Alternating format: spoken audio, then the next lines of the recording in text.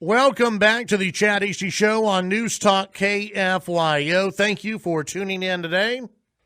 Joining us on the phones right now, a pleasure to visit with our next guest, Texas State Representative Dustin Burrows here on the Chad Hasty Show. And Representative Burrows, good morning. How are you today? Chad, I'm doing great. Thank you for having me on. Always enjoy getting to be on your show. Absolutely. It's a pleasure to have you on.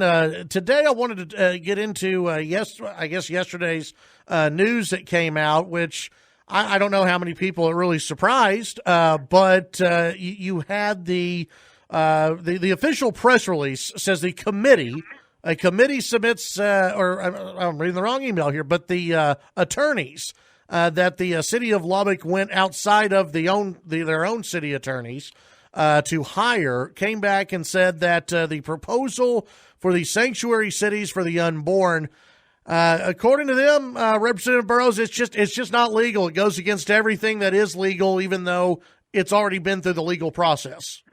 Oh, Chad, that press release was written before those attorneys were hired. I think you're probably right. Let me say this. I think it's clear to everybody, that this mayor does not want to take a stand for the unborn. And I think what bothers me and the reason I'm calling in is the charade that we've been put through. That, the city felt the need to go all the way down to Houston, well outside of kind of our cultural part of Texas, and find a law firm that specializes in telling cities what they want to hear. They didn't go to a constitutional expert law firm or a pro-life expert law firm. They went to a law firm that, basically does what mayors want. And so I think it's a charade. I think that this law firm, which, it's not a judge, it's not a federal judge, it's not a Supreme Court ruling, came out with an opinion that I just disagree with. But it's not surprising. They want to try to point the finger back at the state.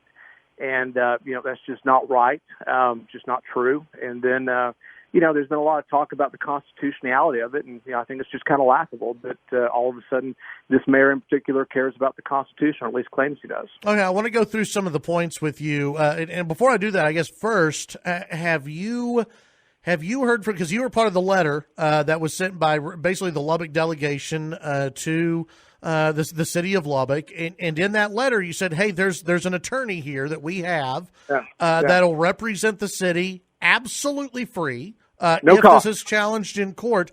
Have you heard from the city? Has that attorney heard from the city as far as you know? As far as I know, not to my knowledge.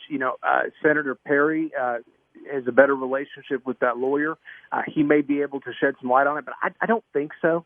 I don't think that there was an interest level to go that route. I mean, it would seem to me, if you're the city and there's an attorney saying, hey, I'm willing, because I don't know how much I assume that the city paid some type of amount to this Houston law firm when they didn't have to, right? I mean, they could have used their own in-house lawyers, or they could have reached out to the guy who is saying, I'll represent you for free. Yeah, absolutely. And I'm assuming that, some of the investigative journalists in this town will probably do some FOIA requests, Freedom of Information Act requests, find out how much was spent to go to this, again, Houston law firm that specializes in telling cities what they want to hear, and find out how much tax dollars were spent and, wasted on that. Okay, let's go through the points of this, and I want to see how this lines up with what you see as a state representative. Point number one, the attorneys say the proposed ordinance, if enacted, would be void because it's contrary to Texas law. Not true. So first off, last session, we passed SB 22, very proud to be a co-author of that. It was a bill that made sure that municipalities could not funnel money to Planned Parenthood. And in it, we stated a truism that nothing in this act, or really any act, precludes the city from passing these types of ordinances. I think that's always been the case. That's always been the law. But, I think that this was a opinion that this law firm was stretching probably to make a greater point and try to turn the fingers back at the state. Okay. Point number two that they made, the proposed ordinance conflicts with state law because state regulates abortions, including who may perform them, where they are performed, and when they may be performed. And the proposed ordinance imposes additional regulations inconsistent with those state regulations. Again, not accurate. That all being true, if we need to pass a bill, I promise you it'll pass the Texas House. Happy to do it. But again, I do believe at the end of the day, from the very get-go, this mayor did not want to pass this ordinance. They were continuing to look for reasons not to have to do this, and this is just another in the laundry list of this Houston law firm trying to come up with excuses. Okay. Texas Constitution prohibits the city from passing an ordinance inconsistent with the laws of the state.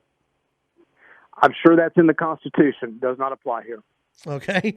And then their final point, the proposed ordinance conflicts with state law because it creates offenses for some actions that are permitted or licensed by the state. This is prohibited by the Texas Constitution. Look, I am assuming that there is, parts of the law that they are citing are true, just not applicable in this case. They are stretching to try to get to the result that they want. Let me ask you this. Is this because I remember that you've gone to the Attorney General before to get clarification on, I think it was when gun stores were shut down here in Lubbock. Is Correct. This something that, let's just say if you wanted to, or if somebody wanted to, that they could ask the Attorney General in Texas for, even though it's a non-binding opinion, for his opinion on this? So there has been a couple conversations that I have had with some other people who are trying to push this about all of the different ways to make sure Lubbock becomes a sanctuary for the unborn, and that would probably be a tool in the toolbox. There may be some other ways to push this as well. So what do you think is going to happen with it? Do you think this is to me, I don't think the city councils wanted to take this up, and this now makes it easier for them to not take it up. Do you think that's what we're seeing right now at the end of the day?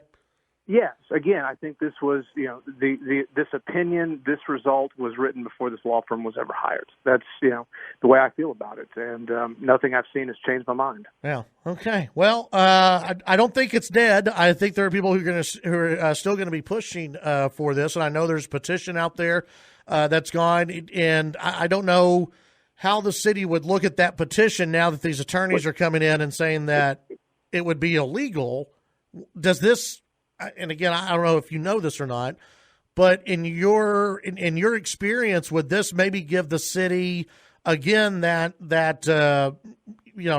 buffer to say, hey, look, we have this law firm that says we can't even do anything with an ordinance, despite you giving us a petition, we can't touch it.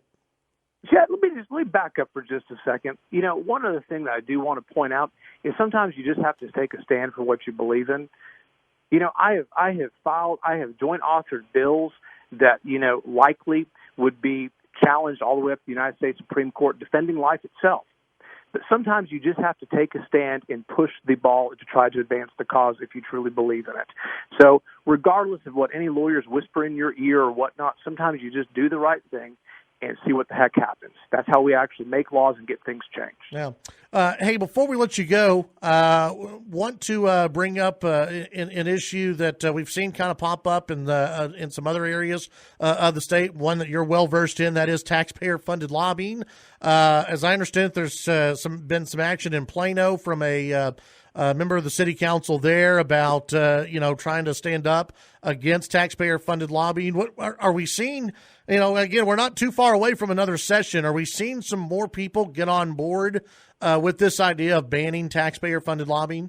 Yeah, it's coming back. It's going to be an issue next session. You have over half of the Republican caucus in the Texas House that will be there next session that has signed on to a bill banning the practice. I think that is significant. I've not seen any conservative issue with this much momentum heading into a session before.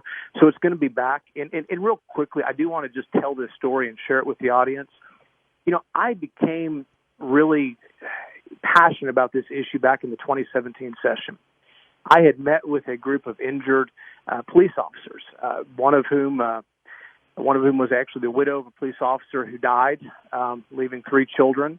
And they couldn't get the medical care and attention they needed. And I filed some legislation to try to help them, have an advocate for them so they could get, the surgeries or just the prescription drugs that they need. We ended up passing that bill into law. I think it passed the House with only 1 no vote. But our own city had hired a lobbyist to lobby behind the scenes against that bill. And I just thought there was something wrong about that at the time. And ever since then, I've really been committed to trying to end that practice because there's just something about it that, I don't know, it just doesn't seem right. Yeah. Representative Burrows, always appreciate your time. We know you got a busy morning ahead of you and appreciate the time you were able to spend with us. Appreciate it, Chad. Thank you. Thank you. That's State Representative Dustin Burrows here on the Chad Hasty Show.